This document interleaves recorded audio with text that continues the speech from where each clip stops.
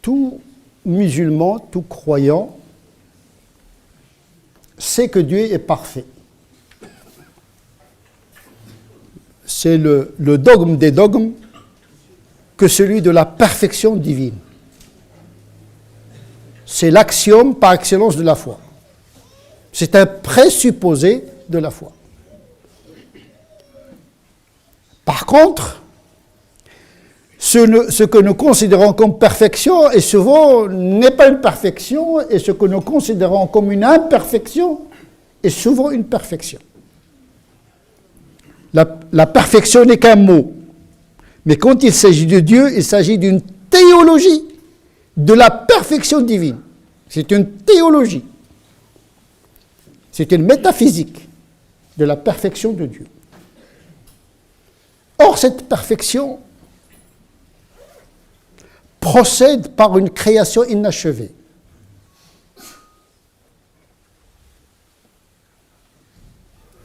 C'est la signature même d'Allah subhanahu wa ta'ala dans la création. On a le cas normal, on a toujours le cas pathologique, que ce soit en biologie, en psychologie, en astronomie, même dans les mathématiques. Vous avez la règle, vous avez les exceptions.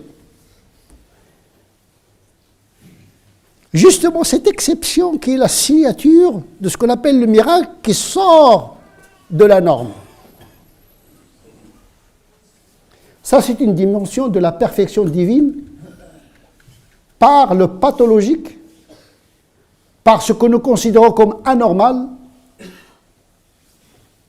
et par ce que nous considérons comme quelque chose d'imparfait, alors qu'elle procède de l'action parfaite d'Allah subhanahu wa ta'ala, parce que c'est un manque dans la création programmé par la volonté de Dieu. Ce n'est pas par incapacité, mais par une volonté pour signifier que l'imperfection indique la perfection.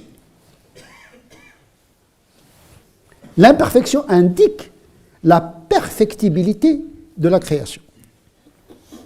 Appliquons ce principe sur l'être humain. Dieu dit explicitement que ahsana kulla shay'in khalaqah. Dieu, quand il crée dans la perfection. C'est un dogme, puisqu'il le dit. Mais comment comprendre cela? Comment réconcilier entre la perfection et ce que nous constatons dans le monde? Les maladies, l'ignorance, etc. Comment comprendre ce monde qui est perplexe et qui est rationnellement incompréhensible? Justement, c'est notre incompréhension qui justifie notre foi en Dieu.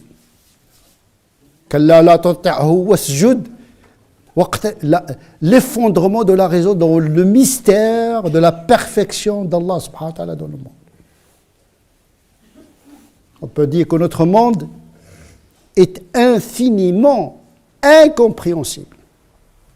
Ou notre monde est infiniment compréhensible. Plus on avance, plus on comprend. Mais on ne comprendra jamais totalement le mystère d'Allah subhanahu wa ta'ala, sinon on serait des dieux. Mais il n'y a qu'un seul Dieu. Donc, croire que Dieu est parfait, c'est un dogme, même si nous ne comprenons pas toujours les aspects de cette perfection. Si nous appliquons cette perfection dans la création de l'être humain a été créé à l'image de Dieu. Tout ce qui est absolu et parfait chez Dieu, il est relatif et imparfait chez l'homme. Comment vous allez comprendre la perfection de Dieu si vous ne partez pas de votre imperfection? Un manque de qualité de perfection.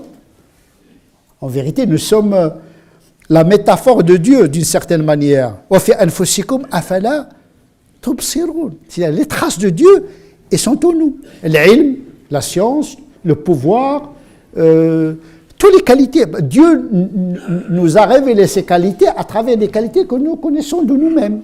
Sauf que nos qualités sont relative et imparfaite. Mais c'est de cette imperfection anthropologique et humaine que nous pouvons sentir la perfection d'Allah subhanahu wa ta'ala. Par le procédé de l'ascension spirituelle et morale et intellectuelle pour accéder le plus possible à la perfection de Dieu. Hiya masira, c'est un cheminement vers l'acquisition et la connaissance de la perfection d'Allah subhanahu wa ta'ala, mais le point de départ, c'est l'imperfection humaine. Wa khuliqa al-insanu da'ifa, l'homme fut créé vulnérable. Nous sommes susceptibles et vulnérables. Or, cette vulnérabilité qui fait la force de l'homme, c'est la puissance de la fragilité.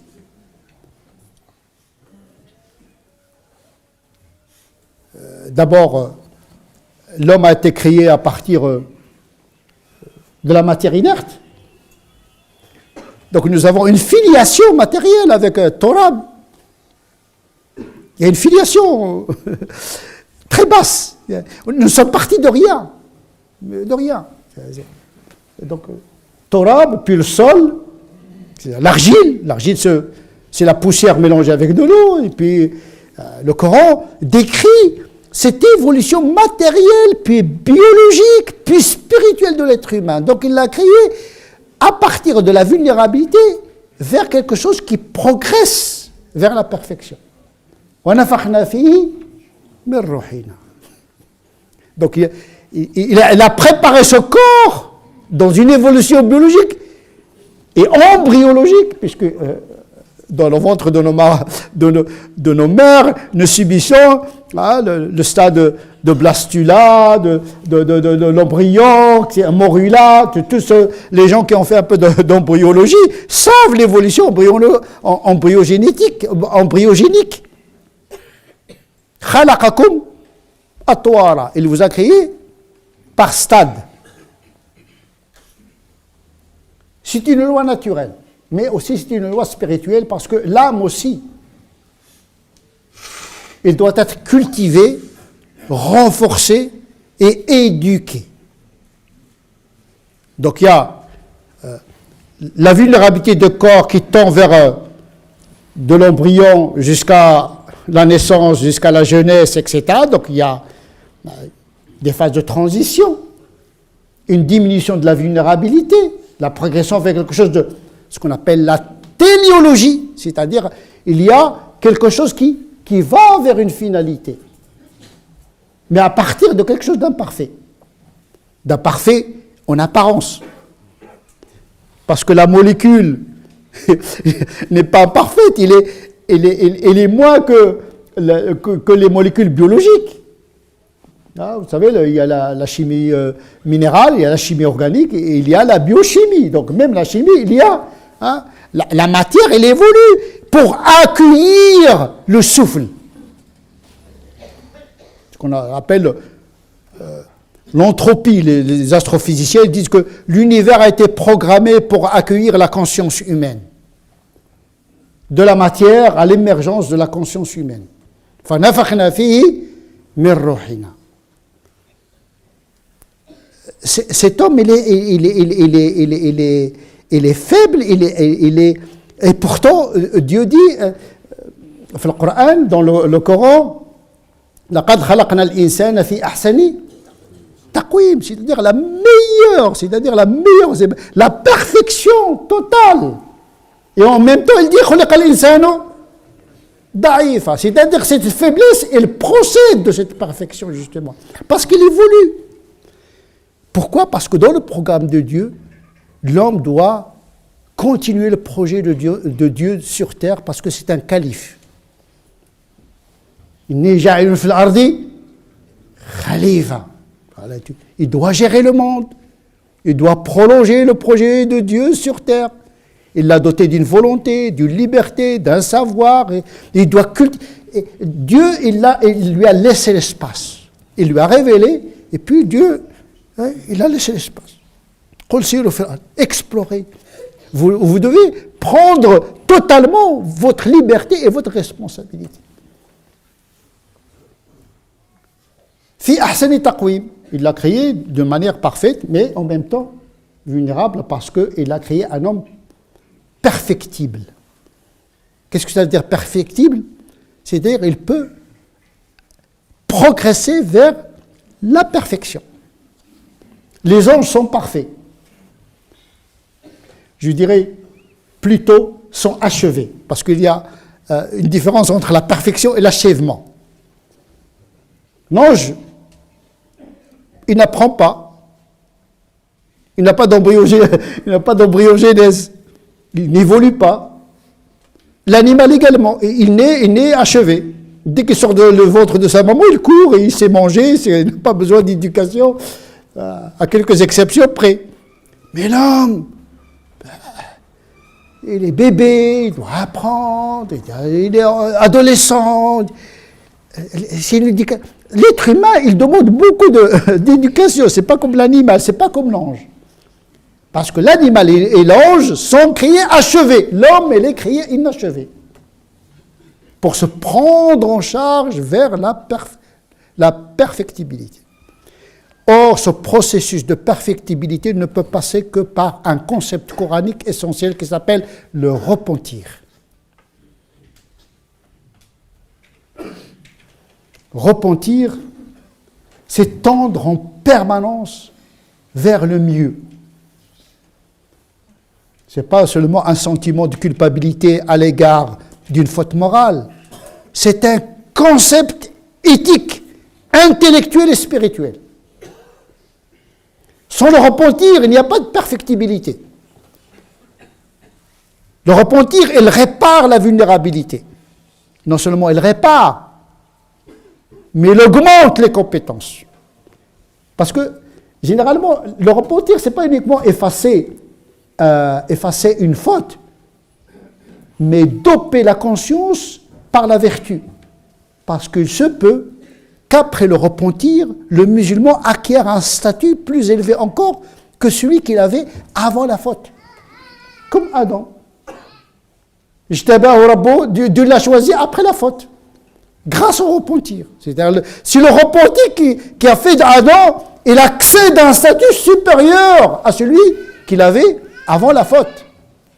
Et donc la faute, c'est un catalyseur de la perfectibilité à condition qu'elle soit réparée et dopée et convertie par le repentir. Le repentir, c'est une conversion du péché en vertu et l'erreur en vérité. C'est un convertisseur. Qu'est-ce que tu fais de ta faute? Mais la faute, tu la feras. Qu'est-ce que tu fais de ton erreur? Ton erreur, tu la commettras. Donc tu dois toujours être armé par cette pièce que tu dois intégrer dans ton algorithme qui convertit en permanence les échecs, les erreurs, les fautes, etc. à ton avantage. C'est comme les arts martiaux. Comment transformer la chute à ton avantage? Parce que l'art de la chute, c'est quelque chose. Adam, il a commencé par la chute. Et dans les arts martiaux, on apprend à tomber pour se relever. Convertir l'énergie de la chute en une puissance à l'avantage de celui qui, en apparence, était en train de perdre le combat. Et donc, qu'est-ce que tu fais de ce que tu es? Et ta vertu, ton savoir, ta pratique.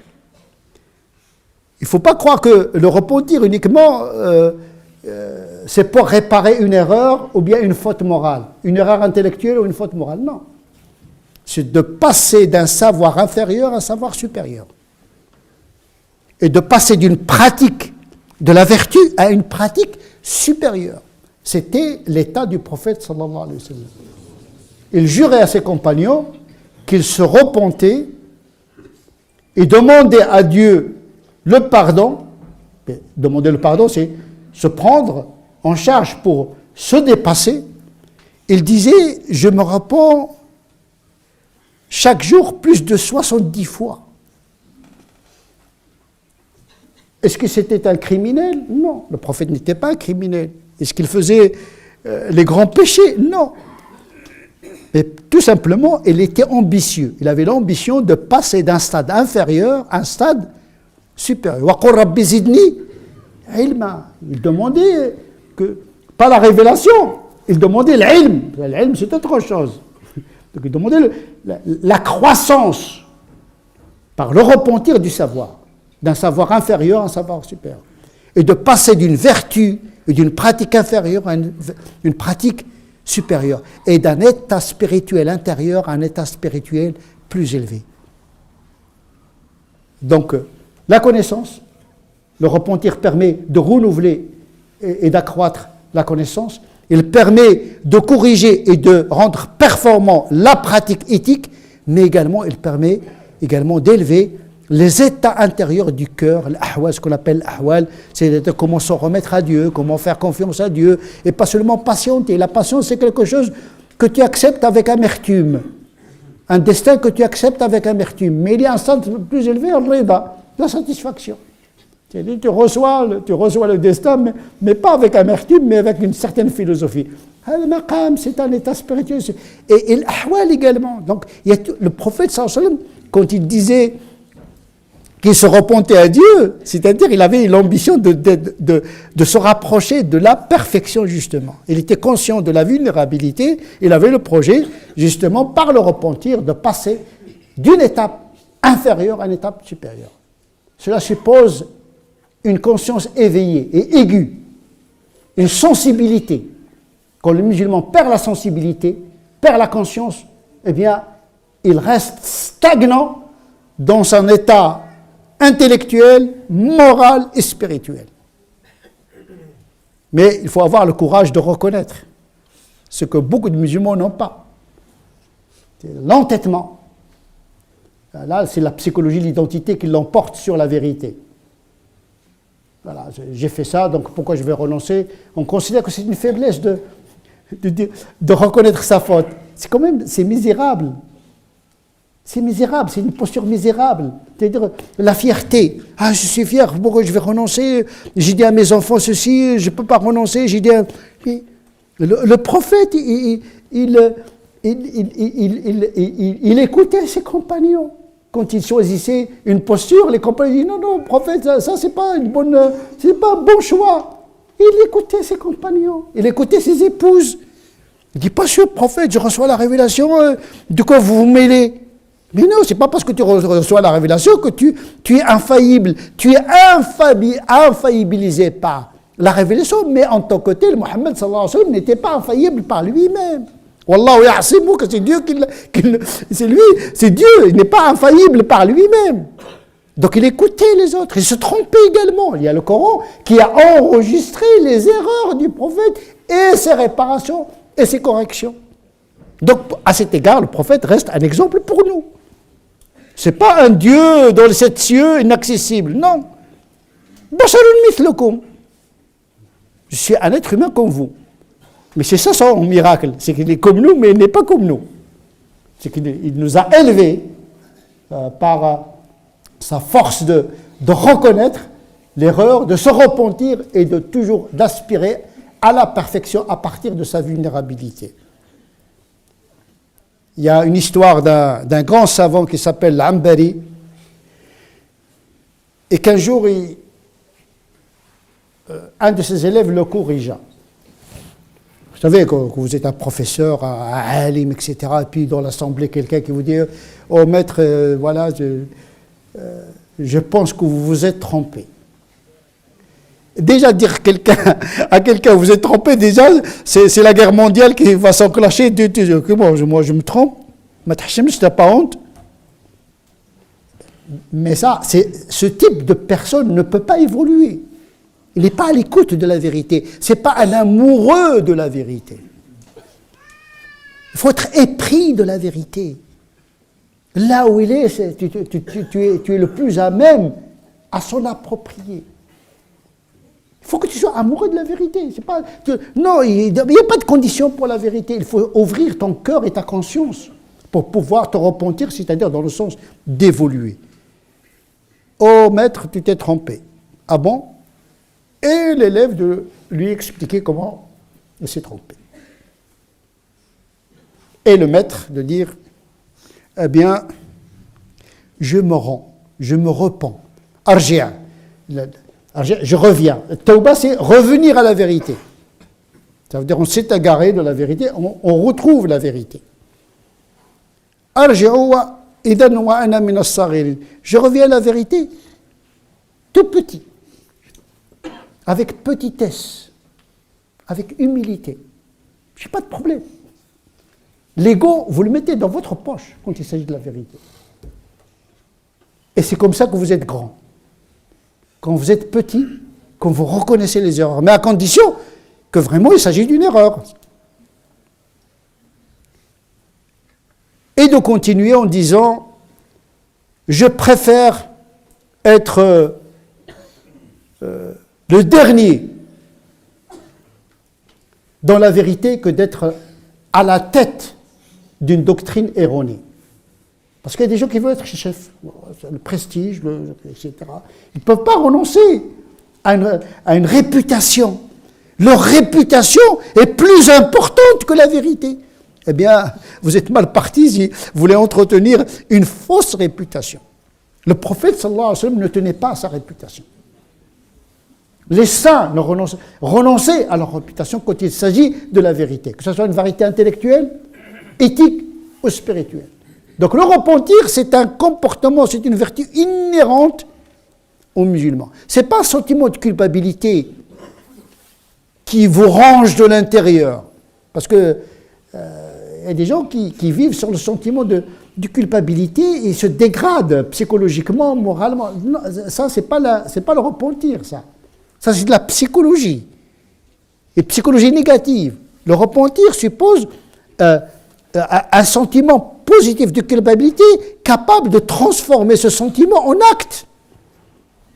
فَأَمَّا مَنْ تَابَ. Quant à celui qui se repent, qui croit et qui fait une bonne action, celui-là aura un salut.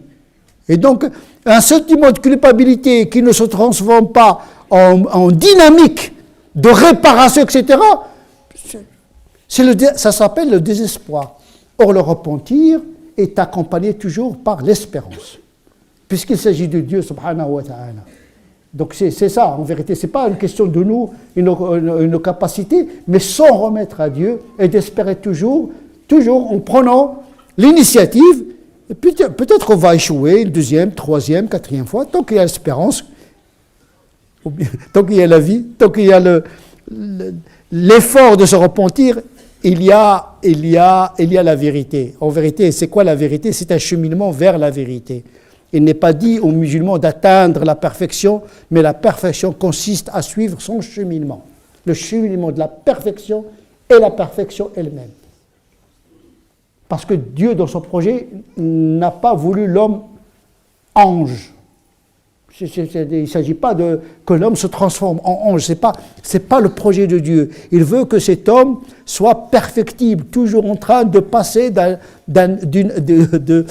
état à un autre supérieur. نسأل الله عز وجل أن يجعلنا من الذين يستمعون القول فيتبعون أحسنه أولئك الذين هداهم الله أولئك هم أولو الألباب اللهم اهدنا فيمن هديت وعافنا فيمن عافيت وتولنا فيمن توليت وبارك لنا فيما أعطيت اللهم ربنا آتنا في الدنيا حسنة وفي الآخرة حسنة وقنا عذاب النار اللهم صل على محمد وعلى آل محمد كما صليت على إبراهيم وعلى آل إبراهيم وبارك على محمد وعلى آل محمد كما باركت على إبراهيم وعلى آل إبراهيم في العالمين إنك حميد مجيد سبحان ربك رب العزة عما يصفون وسلام على المرسلين والحمد لله رب العالمين.